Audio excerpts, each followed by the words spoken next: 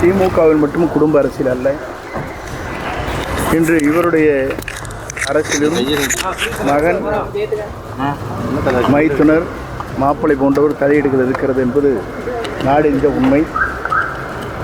ஒருவருடைய வாழ்க்கையை பொறுத்தவரையிலும், அரசியல் பொறுத்தவரையிலும் பல்வேறு கருத்துக்கள் பரிமாணம் கூட இந்த இயக்கத்திற்காக புரட்சித் தலைவர் காலத்திலிருந்து புரட்சித் தலைவர் அம்மா காலம் வரையிலும் இன்று வரையிலும் இந்த இயக்கம் வலிமை பெற வேண்டும், இந்த இயக்கம் நாளை வெற்றி பெற வேண்டும் என்ற நோக்கத்தோடு தான் என் பணிகளை நான் மேற்கொண்டு வருகிறேன். தன்னால் முடியாததை